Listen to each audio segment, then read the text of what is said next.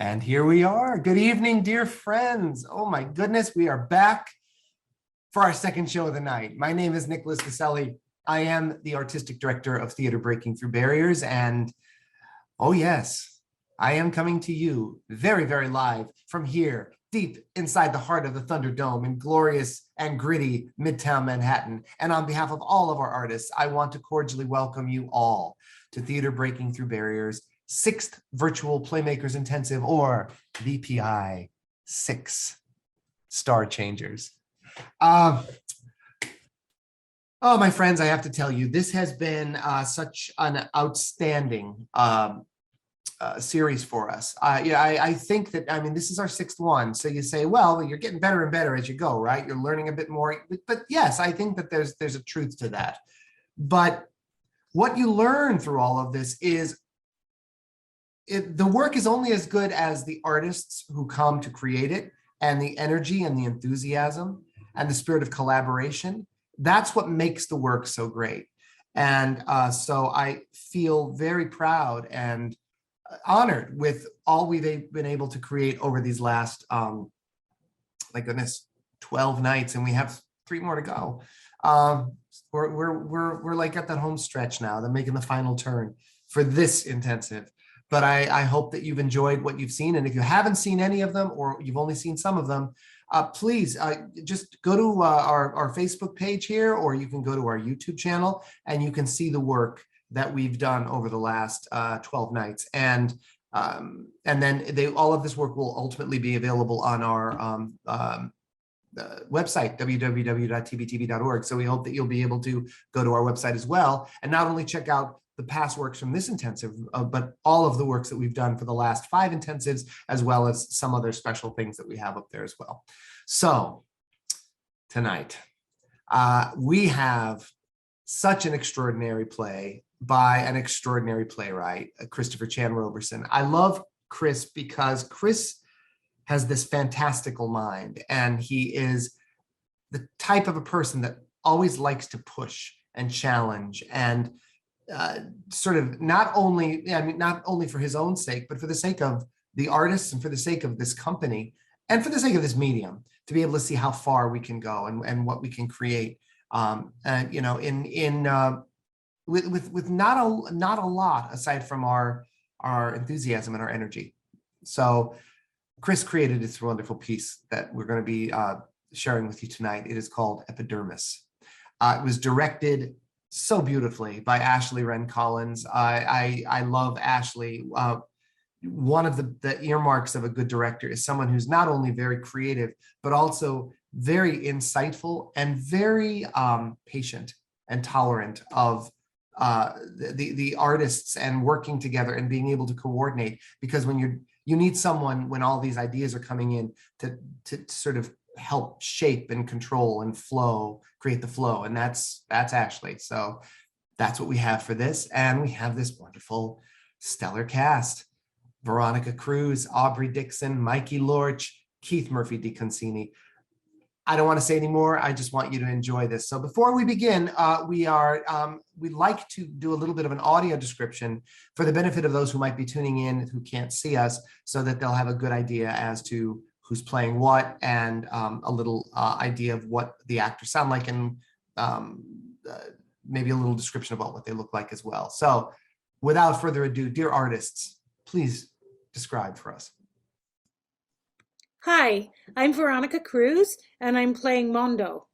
I have shoulder-length dark brown hair with bangs, and I'm wearing a peach-colored pajama top and a white robe with pink flowers on it. Hi, I'm Keith Murfee-Deconcini. I'm playing Atropos, Shakespearean Kid, Mr. Pill, and John. I have short blonde hair, a full beard. I'm wearing a blue collared shirt with a pocket on the left-hand side. Hi, my name is Mikey Lorch. I am Plotho. I am Thomas, and I am Peter. I'm wearing a red shirt, and a red hat. Hi, my name is Aubree Dixon.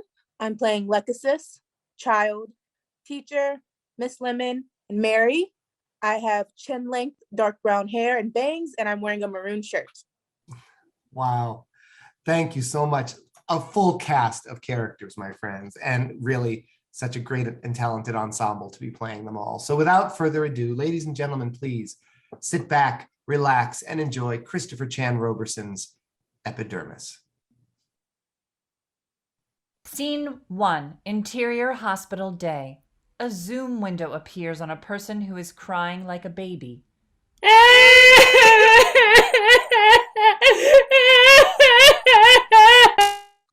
We will call this person Mondo. Mondo continues to make crying motions, flailing her arms and legs around like a newborn baby. 3 zoom windows appear, revealing the 3 fates, Clotho, Lecasis, and Atropos. They are dressed in simple clothing and their backgrounds reveal that they are among the clouds. I have gathered the 3 fates together to determine the destiny of this child. Is she destined for greatness, or will she be cursed with a life of mediocrity?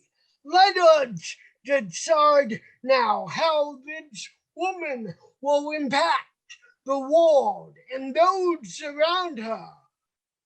Clotho, roll the die. The sound of dice can be heard rolling on a table multiple times. 12, 5, 9, 10, 8. The numbers are 12, 12, 5, 9, 10, and 8. Leocris, you now must decide the fate of this woman. I'm not gonna lie, those are some poor rolls, Atropos. Can I get a do-over on one of them? No, I remain inflexible. Clearly. Okay, I got this. I'm gonna take the 12 and put it in the strength category. I'm gonna take the 9 and use that for dexterity. Low, I know. The 5 I'm gonna use for constitution. Also low, but that's the cat that goes with the purr, folks. The last 12 I'm using for wisdom, and the 10 I'm gonna use for charisma. Interesting choices. Do you really want to go with such a low constitution? No takesy backsies. Yeah, I'm gonna stick with those stats. Final answer. No takesy backsies. The fates have spoken. Our human has been fated. Into the world you shall go. Go into the world with awfully low dexterity and constitution. Don't rub it in, okay? The 3 fates disappear. Scene 2, Exterior Playground Day. Mondo has changed in her demeanor. She is still very much childlike, but she is no longer a baby. Mondo sits with her toy rabbit finger puppet and toy helicopter, playing with them. The helicopter takes off and lands in regular cycles. Zoom window appears, and a child, age 5, sits in front of the camera. She has a bucket and a pail and is scooping sand into the bucket. A second zoom window appears, and Shakespearean kid, age 7, sits with his arms defiantly folded across his chest. Do you want to play with me? I only have 1 bucket and 1 shovel, but we can take turns. My mom says I need to learn how to share more, but one time I shared my snacks with the boy at school, and instead of giving me his grapes like he said he would, he took down his pants and showed me his wee-wee. That's what my mom referred to as a negative return on investment. I'll lend you my bucket if you promise to keep your pants buckled. Young mistress, I have only known thee for a short time, and taking offense yonder thee wouldst giving me hate so early on in our relationship. At the young age of 7, I dodged what I wanted, see what I wanted, and taken without quarry. Will you keep your pants on? I What do you want to build? Do you want to build a castle? We should make it really big so when my parents get divorced, we can still all live together, but just not so close. If you make a moat, don't make it too deep because if my dog falls in, he's gonna drown. He's not smart enough to float. Stupid dog. This castle sounds like the evaluates idea. Allow us see who it can build it. The highest tower. I demand I can make it a tower taller than thee and I combined. Can you keep a secret? I can hold its secret the way a moat one can hold its beats in their stomach. My mom said that we're gonna be at this hotel one more day and then go home. But I don't think we're gonna do that. I think we're going somewhere else. I think we might go to another state and not tell Dad. Don't thou needed a defender? I can protect thee. I shall slay all thy enemies with my own sword and defend thee against any attacks with my own buckler. That's sweet of you. The hotel I'm staying at is nice. They have a pool, but Mom won't let me swim in it by myself. You can see the hotel from here. See? It's over there. Ah, thy hotel is next to the Cinnabon. I know it well. My mom is saying it's time to go. She said we'd be here until the sun went down, but looks like she changed her mind again. Looks like you can make the moat as deep as you'd like. Bye! Child gets up and walks away. But you forgot your bucket. The Zoom windows for Child and Shakespearean Kid disappear. Scene 3, interior classroom, afternoon. Mondo puts away the toys. Her demeanor has changed, and she's now much older and more mature. She drags into frame a big pile of books. She takes out a notebook and diligently opens it, and scribbles at a furious pace. Zoom window appears showing the teacher at the front of the room. She's completely exhausted and looks like she's been on Zoom for hours, which she has. A second Zoom window appears showing Thomas, who is sitting at his desk with his hand raised. This has been a very long semester. I know that teaching remotely is something that no one wanted to do. I got excited when we were in person for those 2 days, but then we shut down when the entire school got double COVID, which I didn't even think was a medical possibility. I appreciate everyone uploading your papers, but I have to remind everyone that you just can't label your file untitled document. You need to give it your name. I cannot give you a grade unless you put your freaking name on it. Teacher, were you going to curse? No, not at all, Thomas. I wouldn't do that. It would be inappropriate. As much as I may want to, it's important that we all acknowledge that everyone is frustrated and everyone has a lot of things built up inside of them. But I wouldn't use profanity in a classroom setting. Teacher, if you wanted to curse, I wouldn't tell on you. Thomas, I appreciate you looking out for me, but that won't be necessary.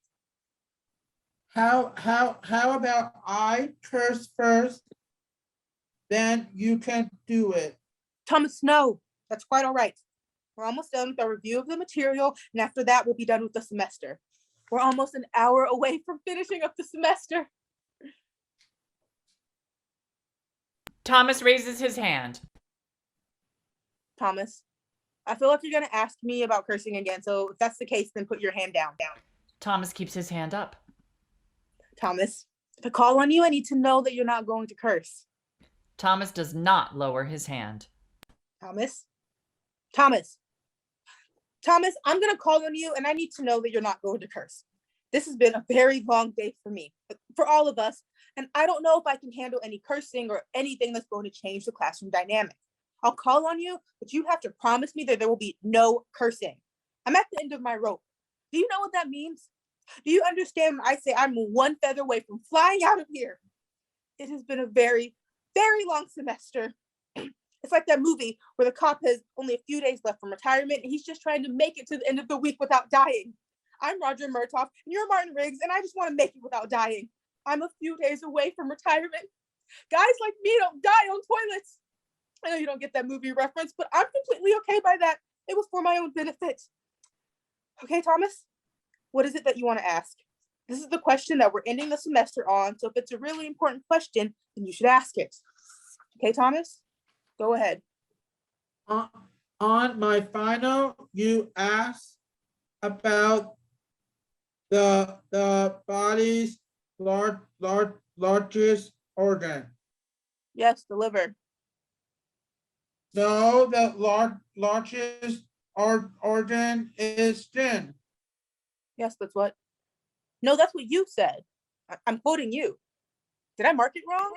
Teacher looks at Thomas's paper and realizes their error. Fuck. The Zoom windows for Thomas and teacher disappear. Scene 4, interior office, afternoon. Mondo sits upright and multitasks. She types furiously at her computer while talking on the phone. Yes, I will get it to you in 5 minutes, okay? All right, I'll send it right over. Thank you. Bye-bye. When she's not on her phone, she's sending text messages. Busy, busy, busy. Her face is in a panic as she tries to do a million things at once. 2 Zoom windows appear. Mr. Peel is at his computer with a stern look on his face. He's in a simple office setting with the gray walls of a cubicle behind him. Ms. Lemon appears, looking equally as stern, sitting across from him at her cubicle. I appreciate you meeting with me today, Mr. Peel. I have some very important things that I'd like to discuss with you, and they are very, very urgent. I'm very upset, and I'd like to speak with you about these matters immediately. I understand that you have an urgent request and that you are very upset, Ms. Lemon. Before we take action, I need to make sure we lay out some rules before we speak as per the mediation guidelines of our company. I am here to listen to your grievances, but I must alert you to the trigger words that I must insist are not used during our conversation. I ask that you do not speak using any portmanteaus. A portmanteau is a blend of 2 different words that form a new word. For example, smog is a combination of smoke and fog.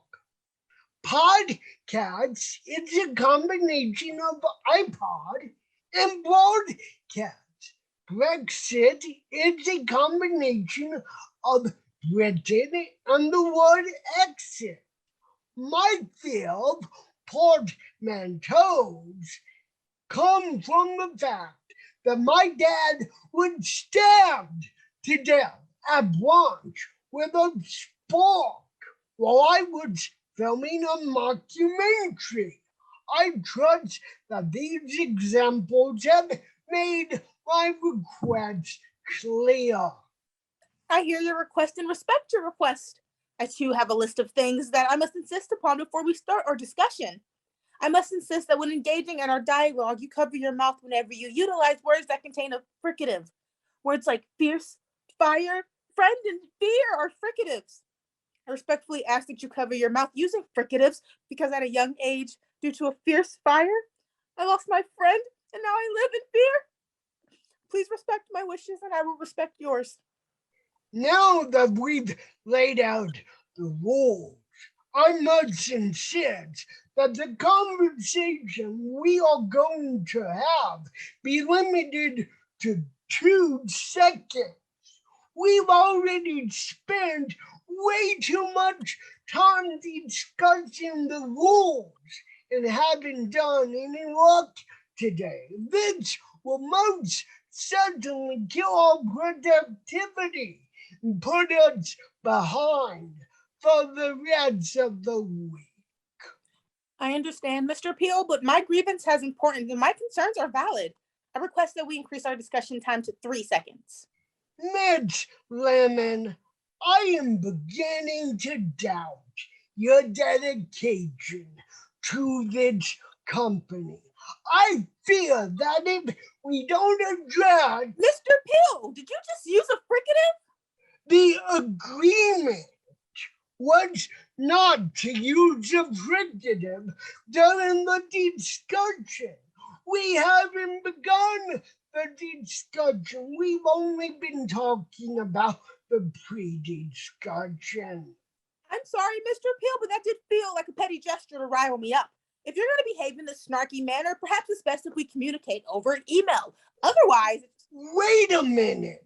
You just did it yourself. Snark is a combination of snide and remark.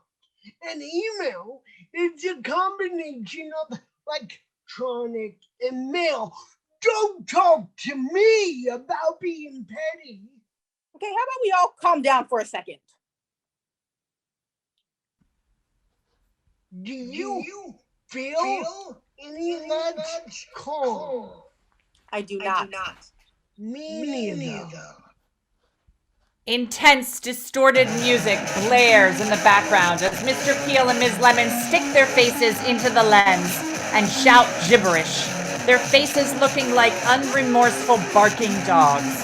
Their Zoom windows disappear, but the audio remains. Mondo is disturbed by the music. Scene 5, Interior Hospital, Day. Mondo puts down her phone and moves away everything out of frame. She tries to cover her ears and curls up in a ball to shield herself from the sound. Eventually, it stops. Mondo looks tired and frail now. She leans back in her chair and drifts in and out of consciousness. She's greeted by her children, Mary, Peter, and John. Mom, can you hear me? Is she going to be okay? She's going to be okay, Peter. Mary, don't say that. Don't set him up for disappointment. Maybe a little optimism is what we need right now. Maybe a little realism is what is going to get us through this. Hey, stop arguing. Mom, are you okay? I don't feel very well. I feel very weak and tired. Do you know where you are? Why would you ask me that? I didn't mean to upset you. I just wanted to see if you knew where you were. I'm in a hospital? Why am I not at home? Do you know how long you've been here? It's okay. We just want to make sure you're okay. There's nothing to be upset about. We want you to be comfortable. Are you comfortable? My hand hurts. Don't pull on them, Mom. That's for your IV. I think I left my bucket behind. Have you seen my bucket? What bucket are you talking about? I think I left it at the beach. The beach house? I can go check when I go back there. No, it's not that. Peter, do you have the bucket? Leave Peter alone. Is Peter here? I'm here. How are you doing, Peter? How's school? In school, we are reading a Midsummer's Night's Dream. I love Shakespeare. I know. I've been reading it to you when you're sleeping. I asked you not to do that. She needs her rest. Maybe you don't have to control everything that's going on, John. Everyone should do what we all agreed upon. No, too many rules, too many things to follow. Everyone, I would like to rest for a little while. We're just trying to help. Then stop making decisions for me. Stop controlling me. John and Mary, I just can't deal with your bickering. I need a break from it. Just go outside and make yourself scarce for an hour or two so I can sit here in quiet.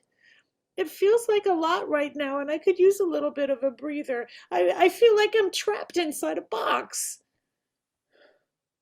Okay, Mom. We'll give you some space. Goodbye. Peter, you stay. John and Mary's Zoom windows turn off. It's just Mondo and Peter. Thanks for reading to me while I was sleeping, Peter. I know John likes to fall asleep while watching TV, but not me. Mary tells me you're doing well in school. I am very happy to hear that. I am happy to hear that you like to read. I used to be a school teacher, and getting my students to read was so difficult. A colleague once told me that teaching is deprogramming. It's getting people to unlearn what they think they know and teach them new stuff, but I don't know. Sometimes people are so set in their ways.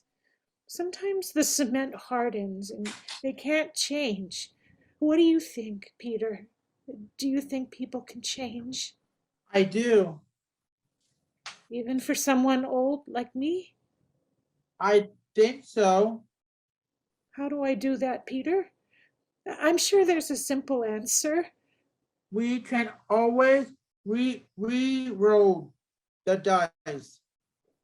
We re-roll the dice. Now, why didn't I think of that?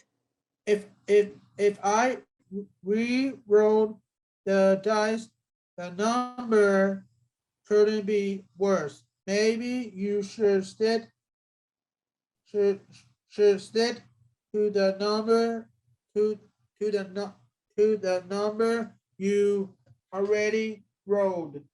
That's excellent advice, Peter. Sometimes it's good to play it safe.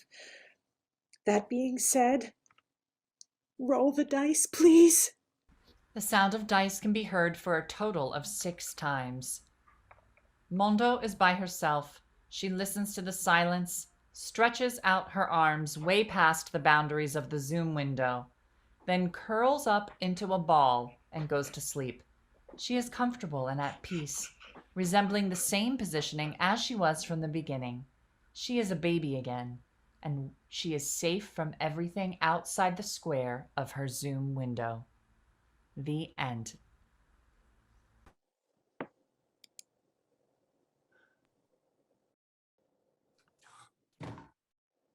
It's even better the second time around, you guys. It just is. Oh, wonderful. Come on back, everyone. Come on back. Thank you so much. Oh, brilliant work. Aubree, you're amazing. You're amazing. Mikey, you're amazing. Keith, you are hilarious. My goodness.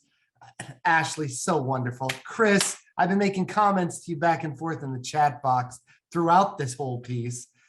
Veronica, you're wonderful. Thank you all so much for this really, really wonderful play. I love this. Again, I love the play so much because I find it very, very touching. And at the same time, it's so hilarious. Like, you know,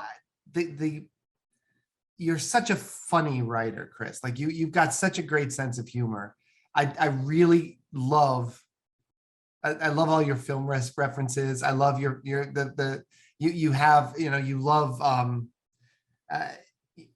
like comic books and Marvel characters and all this stuff, and all this stuff gets, you know, put into this. So there's this sort of mystic quality to your work I find really kind of beautiful.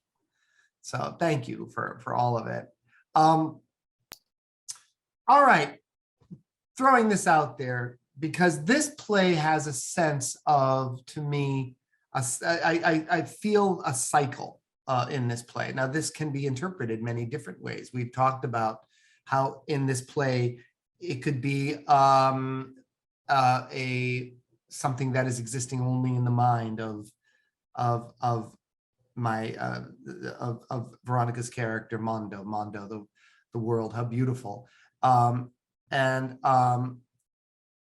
And yet there's almost this idea of other chances, other opportunities, do-overs, and no takesy backsies. I love that. I think it's great.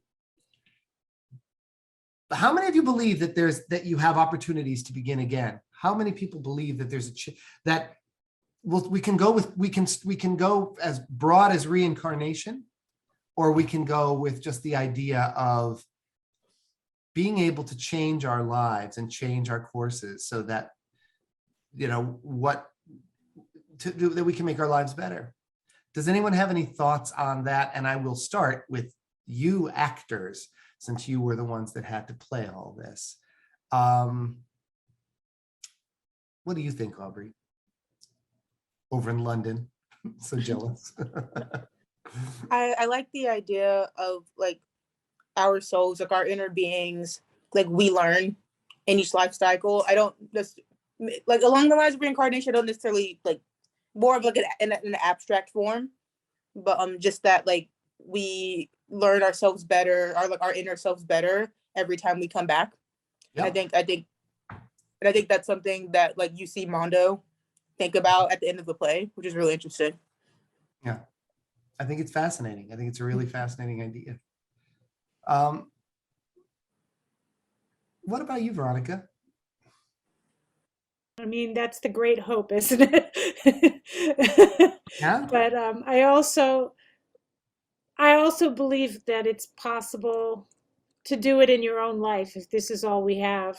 Mhm. I mean, that's the struggle, and you have the energy is to keep, the hope is to keep trying, Mhm. despite becoming, cemented, stuck in your ways, losing the desire or the hope, or even thinking that you can make any changes.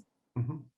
So Yeah, find it interesting. I mean, I think that there are some things in your life as a human being that you cannot change. Part of it is, at least not at this time, what on a genetic level, what you're made up of, and what has been pulled from different parts of your parents and their parents, and then that helped concoct and bring you to who you are.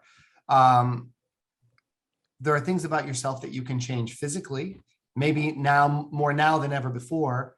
But still, I think that there are some things that are very, very, as you say, set in concrete that can't be changed.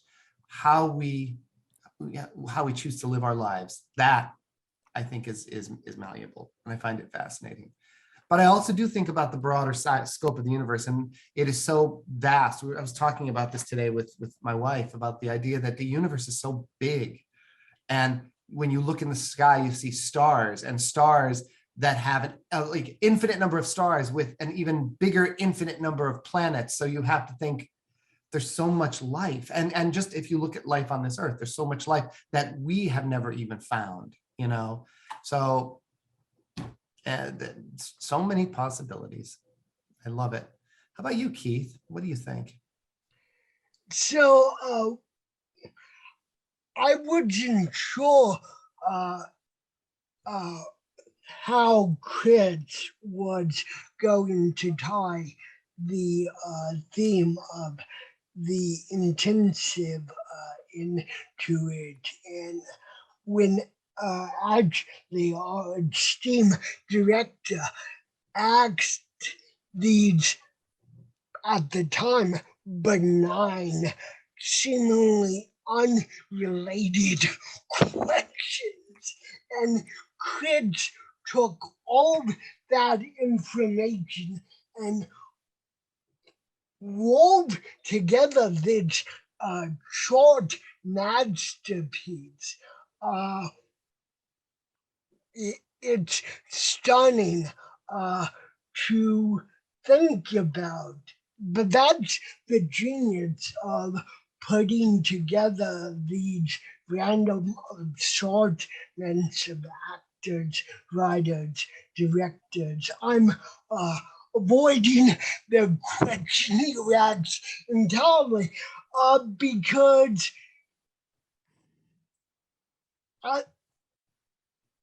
some days I like to think of myself as a philosopher, which I've played for you in the previous intensive. Other days I don't know. I'm scrambling. I'm asking my dog for advice. I really have no idea if I'm being completely naked and bare bone on it. I believe in God. I believe in reincarnation. I believe in meditation. But if you ask me to string it all together into a cohesive answer, dude, I have no idea. Dude, I really, really don't. That's not eloquent of me at all, but it's the God-honored truth. Well, thank you. I don't really expect any answers because I don't think there are any answers. I mean, we could talk about it. I just find the work that has been generated sort of provokes those thoughts in my mind, and I just let them spill out and share them with you and ask your impressions of them. I think it's interesting. Mikey, Yes. as someone who has had this opportunity to work with all of these new people that you've never worked with before, I want you to tell me, because so much of this is new to you, in the sense of the way this play was put together, the way you rehearsed this play. How did this make you feel as you as a person, to be able to work with all of these people in this way? It made me feel good and happy. I'm always staying positive, and I am going forward. Mm-hmm. That is a beautiful answer. Thank you. That's absolutely what I really like about you, Mikey, is the fact that you are very positive and that you can remain positive, because don't lose that positivity, because that is so important. And there's a lot of things in this world that are not positive, a lot of things that are negative. And the only thing that I feel that can help get you through that is to keep spreading that positive, the good thoughts, this good energy of moving forward and opening and allowing opportunities to come your way and taking advantage of those opportunities.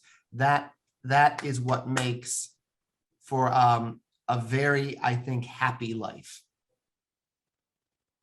So I think I want to thank you for doing all of this work with us, because that is so important, and it makes this work, I think, enjoyable for all of us, but it's very special. So thank you for that. Ashley, I'm dying to know the random questions that you asked in this opening interview that Keith said. I'm like, random questions. What questions did you ask? Do you remember? I definitely remember some. I mean, I'm it's such an interesting assignment, right? For a playwright to meet actors he or she or they may have never met before, and then to write for them. So I think to do that, you have to try to get to know someone as best you can, in the confines of Zoom and meeting someone over Zoom. So I think just getting that person talking so you can get a sense of them will spark something creatively. I mean, Chris can speak more directly to that. But I asked questions like, I think I asked stuff like, what's your pet peeve, and something, you're looking forward to, what don't you like a lot of, general questions, not like what's your favorite color or your favorite movie, nothing like that, but more general, strange questions, I guess. Yeah, but those strange questions are great questions to ask, because they really do sometimes get to the heart of a person's character, at least, or their or what's going on in their head at that time. So I think that's great. You know, as long as people aren't putting up too many guards and being too polite, I think it's great to hear that. I think that it worked. Whatever you asked worked. Well, I think we also ended on like, what does Star Changers mean to you? So everybody went around, and I was like, there's no wrong answer, right? What's it mean to you? So yeah, I think I agree with you. Chris, what does Star Changers mean to you? Well, yeah, I mean, the notion of, I mean, that's something quite, amazing, right? When we think about, stars as being light, we can tell about them based on how they blue shift or how they red shift. So everything evolves, everything changes. So for me, the notion of star changing was very astronomical. It was very big. And one thing that I do think about is that we understand the very big from the very, very small, that we can understand the universe by looking at atoms. We can understand, billions of people by studying one person. So it really was about, the microcosm. I really tried to contain everything under one skin and make it be one organism to understand the broader pictures. So yeah, Star Changers for me is, I'm a big sci-fi geek. I love Star Trek, and Star Trek is all about exploring the stars to understand us as human beings. We go off to meet aliens who are actually us thinly veiled, so we can have a morality tale that's not us lecturing on a soapbox like, aha, look at those funny aliens, and oh, those aren't aliens, those are us. We're pointing the finger back at ourselves. So yeah, it felt very much, the more I thought about the broad scope of like, how do I address Star Changers or the galaxy, I was like, oh, it's about people. The simpler you keep it, the more intimate you keep it, the more accessible the material became. Yeah. But in doing that, it also ties us in a way on that small level to a much bigger picture, which I think is what this wonderful little play managed to do. So it has such a great feel to it. And you are indeed a man after my own heart. I mean, these last several years have been very, very difficult. I feel like I am in an alternate universe. I feel like I'm going to see Mr. Spock with a beard. Like that's where I am right now, But I think, and I wonder, where are we in this? Like, how do we come out of this? How do we wake up from this and come to this realization that we're all on this together? We're all in this journey together, and we need each other. We cannot do what we do alone. The work that you created is an ensemble effort. It is a collaborative effort. It is indeed, as Chris said, a microcosm for the bigger picture of life. If anyone has any doubts that we don't need each other, you are given reminders of it every day. Watch the news, cross the street. I mean, we are so dependent on each other, and we have to learn to be good to each other and respect each other, and don't lose touch with that, because ultimately this time of ours will end. We will not be in this. While you can say life goes on, life is eternal, life may take many new forms, this class will end. And so you want to be able to take from it what you can. And yeah, you guys just taught us a good lesson in this work tonight. So I'm very, very honored and so proud of all of you, and I'm so grateful to you. Tucker, come on, what did you think of what you saw tonight? What did you feel about this work? I honestly think this other book is amazing. Yeah. And I just, I love what you describe how they play should be the ground of foundation, how we should change our society from the ground up. Yeah. Yeah. And you accomplish so much. I mean, for you guys to not only, I mean, I got to see so much of your talent, your ability to change, to switch, to play different characters and play them all so well, so distinctly. And you all radiated, all of you. You did such great work. And you, Veronica, I mean, the fact that you were always there and we got to see your face and your reaction, it just was this wonderful, you tied all this together. That's why you are, you know, that's who you, that's your role in this, but it was just so beautiful. It was just so beautiful. I don't really have much more to say other than thank you guys so much. This is sort of a great night of theater. And you're all amazing. And I hope that you will all work with us again. I hope we can all work together in person. I really would love that. But in the meantime, let's continue. I think we have to do both going forward. So we shall continue on that one. So thank you. And Could I say one last thing? Please. Yeah, this pandemic has offered this process of doing theater a real blessing in this otherwise chaotic alternate timeline that we all find ourselves in. And I remember coming in on the third intensive and acting against my fellow actor who was in trance at the time. And I have acted in this production with Aubree, who's in London.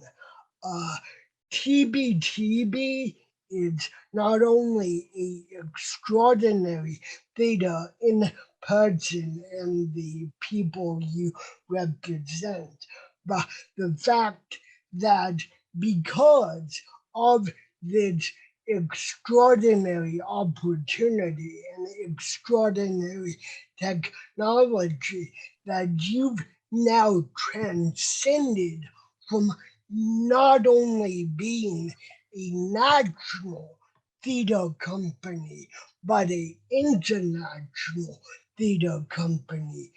That is extraordinary and one of the greatest blessings that I've been privileged to see and to experience. And I wouldn't have gotten to do it if not through Zoom.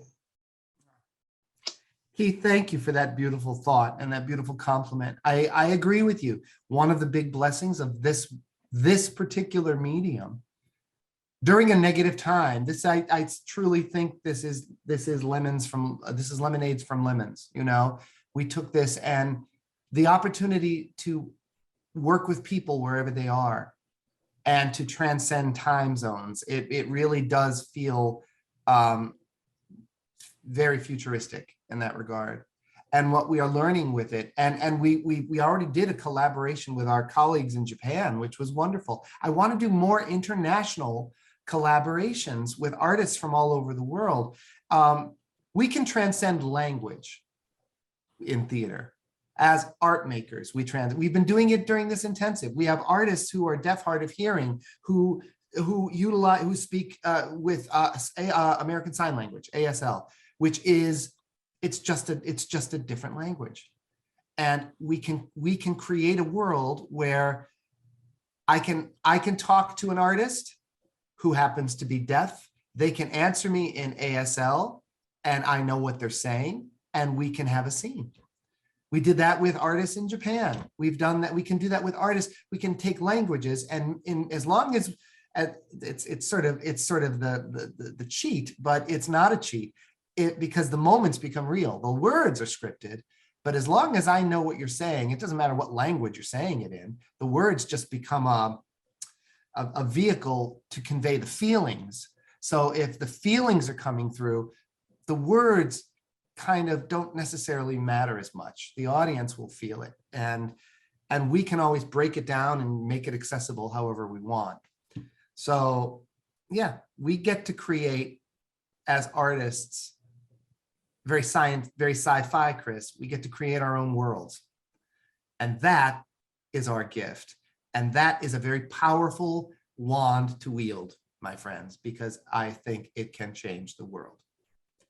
So on that note, I want to thank you for helping shift the world a little bit tonight. And you are all very magical souls and very magical creatures. So thank you for that. And I want to thank all of you for watching tonight and tuning in to see our work. We're very proud of being able to create in conditions that you would say, how is that possible?